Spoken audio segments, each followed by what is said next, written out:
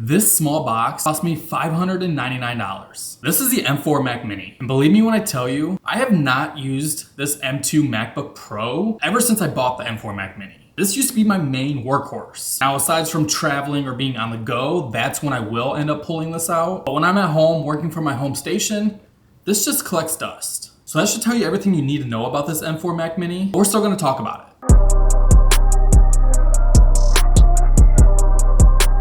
So before we actually get into the specs, I want to give you a real picture of what this machine is used for every single day. So if you've never watched my content, never came across any of my channels, I'm a full-time content creator who creates content between YouTube, TikTok, Instagram, pretty much all the social medias, as well as building my photography business all from home. Aside from being a content creator, I am also a UGC creator where I work with brand deals and clients pretty much every single day, creating content for their brand and their products. So literally everything, and I mean everything, runs through this Mac Mini. Like I'm in Premiere Pro editing 4K timelines. I'm always in Lightroom Classic, going through all of my full shoot catalogs. I'm also in Photoshop. I've got multiple browser tabs open, music playing in the background, and I'm running 2 stacked, very powerful monitors. This actually ended up replacing not only my M2 MacBook Pro, but I had a full built PC that I streamed, gamed, and did all my other content on. I ended up selling that to downgrade, and this has replaced it, and I haven't looked back or even missed that PC yet. So when I tell you that this $500 computer handles all of it without even breaking a sweat, I need you to really understand that it does everything you could think of. All right, so now let's dive into the specs. And I'm not just gonna read you a spec sheet because honestly, that's just boring and you can literally just Google it. But what I will do is tell you what actually matters and why you should care. So this is the M4 chip. I believe I purchased this in 2024, so it's still relatively new. It's got a 10-core CPU, a 10-core GPU, and the thing that actually makes a difference for creative work, it's got 16 gigabytes of unified memory. What it means is that your CPU and your GPU are sharing the same memory pool. So when you're doing something intensive like color grading 4K or you're in Lightroom Classic going through all of your photos, your GPU has access to everything it needs without being clocked out. On a computer that will generally fit in the palm of your hand that costs $500, it literally still doesn't process in my brain all the time that this is a power horse. The other thing that genuinely matters for what I do is a media engine, ProRes encoding and decoding. And that's why when I'm scrubbing through a 4K timeline in Premiere Pros, it literally just feels so seamless and there's nothing there to it. So if you're editing video on a very basic or entry-level laptop or even computer, and you don't have hardware acceleration doing the work for you, you're gonna feel the difference immediately, and it's not a subtle difference. Now, one thing that I wish I would have thought about or even did before buying this was the storage. And it did kind of slow me down when I first bought it, but the base model only has 256 gigabytes of internal storage, which is obviously the cheaper version, which is what I went with. And when you are working in the 4K timelines and you're doing a lot of big projects for brands, for clients, even your personal content, it's gonna load up in storage very quick. But again, for a $500 computer, getting that base model should be fine for plenty. But if you're like me, you're a photographer, videographer, working with brand deals, working with clients, producing heavy flow, just sit back and consider getting at least the step up of the 256 gigabytes. And when I first bought this, I actually thought that I'd actually be able to upgrade the internal storage, but you can't because Apple actually solders it to the actual board. If you're watching this and you're in the window of whether you're deciding to get the 256 or the 512, definitely lean towards the 512 gigs. Or you can do what I did and solve it by buying a dock for your Mac Mini. I actually bought the UGREEN dock. You pretty much just slot in your own SSD, you plug it into the actual Mac Mini via USB-C, and it runs fast enough to edit directly off of it, and that's what I've been using for the past probably year. I believe I got a 1 terabyte SSD additionally added onto this Mac Mini, and I haven't had a problem since.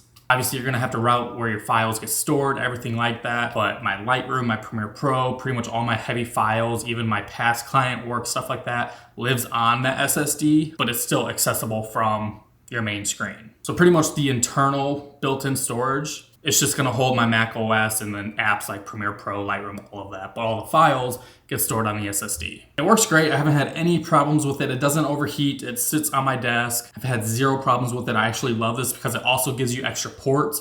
You get 2 additional USB ports. I believe you get 3 or 4 extra USB-C Thunderbolt ports. You got an SD card and a micro SD card slot. So between having extra storage, having extra ports for the price of that, I love it. Now, granted, the dock itself is affordable, but we all know that the price of SSDs and storage have skyrocketed because of tariffs. SSDs are going to be painfully brutal to your wallet. Thankfully, I snagged this before all of that happened. I believe I got my 1 terabyte for about 80, 85 bucks.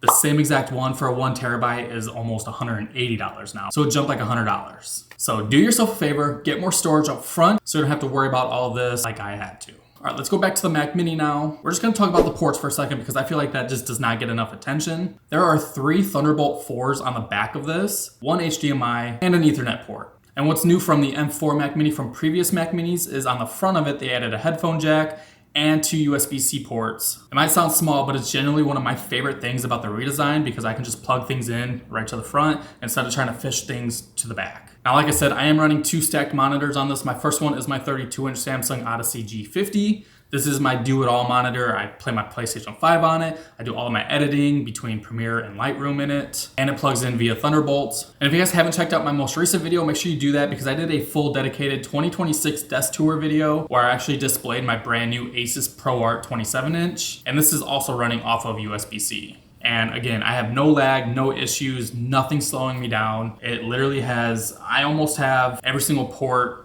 occupied on my Mac Mini at all times. Again, I'm gonna keep going back to the price, $500 with the student discount, but I'm just gonna keep saying that because it is so powerful for a fraction of the price of building an actual PC. All right, so here's my hot take, and I'm not gonna apologize for it whatsoever. Mac OS is just better, not only for this kind of work, just in general. And I don't think it's particularly close at all. And the reason to me is it's pretty simple. Apple makes a chip and the operating system. That's just everything feels tight. And that's why apps open up fast. That's why the whole thing just works in a way that it's hard to explain until you actually use it. I've been Linux and I've been Windows. I've been pretty much everything up until I bought this Mac Mini. And I mean, just the ecosystem itself. When I'm transferring files from my computer to my phone, I have AirDrop. Literal seconds of dropping footage from my computer to my phone, instantly going to my social media accounts. You get handoff. I get iMessage on my desktop, so if I'm busy on my phone or my phone's charging, I can literally text somebody back from the desktop. I can mirror my iPhone to my Mac. All of it just connects so seamlessly. And then there's Windows 11. I'm not really gonna get into it because I'm just not even gonna get into it. I'll just say that if you've ever opened up the settings app on Windows 11 and you somehow ended up in 3 different UI designs from 3 completely different eras of operating systems at the same time, you know exactly what I mean. Let's just move on. So should you get the M4 Mac Mini in the year 2026? My honest answer is if you're a creator, photographer, videographer, YouTuber, pretty much any type of creator, and you have some type of creative workflow, the M4 Mac Mini is generally one of the best purchases you can still make today. The performance for this price is ridiculous. The form factor means it takes up almost no desk space at all. Of course, you get Mac OS, which is great for this type of work. And if you're a student and you want to use that student discount, you get like $100 off. Or if it does go on sale, which it does quite frequently, you're getting professional grade machine for less than most mid-range laptops, let alone PCs. The only thing I'm gonna say again, which I actually mean, is get more than the 256 base model and at least go to the 512 at minimum.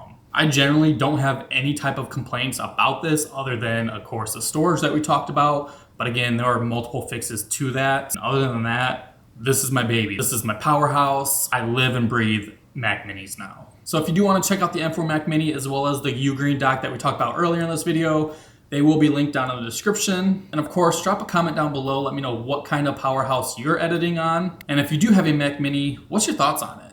We'll catch y'all in the next video.